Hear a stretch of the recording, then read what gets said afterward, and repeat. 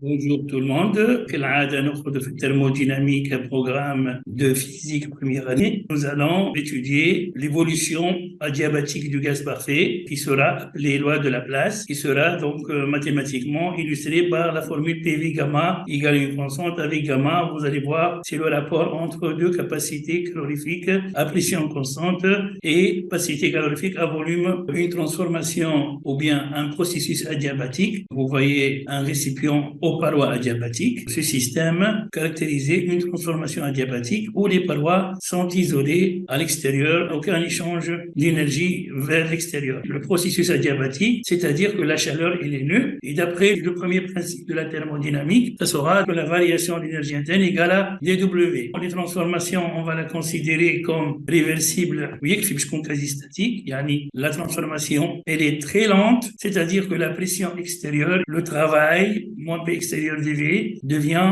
dW égale à moins P. On vous rappelle la première loi du Joule, c'est que l'énergie interne ne dépend que de la température pour un gaz parfait. Toujours, on s'intéresse au gaz parfait. Et l'équation dU égale à dW, on peut écrire que dU moins W égale à 0. Et ceci nous permet d'écrire dU est NCV dt et moins W, donc ça sera plus PDV égale à 0. C'est une équation qui, on peut toujours, dans les examens et dans les exercices, vous devez arriver à ce résultat d'une façon très rapide. Un gaz parfait, PV égale à nRT, ce qui implique, si on différencie, on aura dPV égale à dnRT. On a donc F fois G', c'est F'G plus GF', donc ça sera PDV plus VDP égale à NR constante, NR dt. Ceci nous permet d'isoler dt. dt, ça sera 1 sur NR, PV, PDV plus VDP. En remplaçant P travail plus énergie, du moins W égale à 0 dans l'équation précédente, on va remplacer du, voilà dt, on va multiplier par N fois CV, c'est-à-dire l'énergie, on aura donc NCV, et ce terme est donc 1 sur NR, ce terme-là est out, nous y doit plus PDV égale à 0. Ceci nous amène, si en rajoutant la première loi et la deuxième loi du Joule, d'accord, comme elle est l'enthalpie d'un gaz parfait ne dépend que de la température, et nous avons introduit CPDT, la capacité calorifique à pression constante, et DU, c'est la capacité CV dt, donc on a les deux lois du Joule, ceci pour un gaz parfait. H égale à U plus PV, ce qui nous donne DH, si on différencie, j'aurai DU plus DPV, si on remplace DH par CPDT, DU égale à CV dt, PV égale à nRT sur 1 mol, PV égale à RT, donc R, ma relation RT. On obtient la relation de Mayer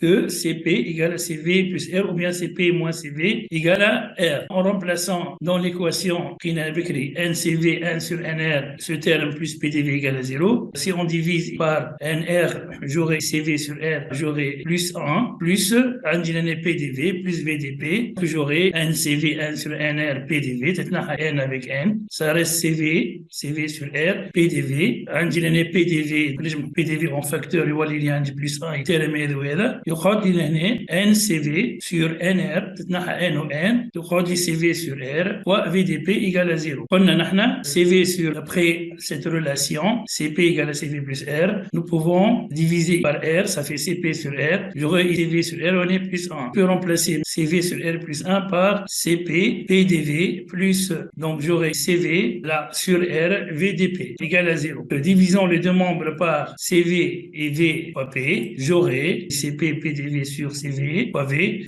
P, CV, P, DP sur P, égale à quoi? C'est-à-dire CP sur CV est gamma, ou DV sur V, plus DP sur P égale à 0. Et gamma, c'est le rapport entre CP et CV. G gamma DV sur V plus DP sur P égale à 0, ce qui nous donne une intégration de DV sur V, c'est log de V, une intégration de DP sur P égale à log de P, et une primitive de 0, c'est une constante. Un dit log de V, le gamma, je m'attends le log de V puissance gamma plus log de P. La définition de log de A plus log de B, ça fait log de A fois B. J'aurai log de P V gamma égale une constante. Maintenant, je me charge que si j'applique une exponentielle, et la exponentielle, j'aurai PV gamma égale à une, comme ça, la leçon prend sa fin. Merci pour votre attention et à la prochaine vidéo, Inch'Allah.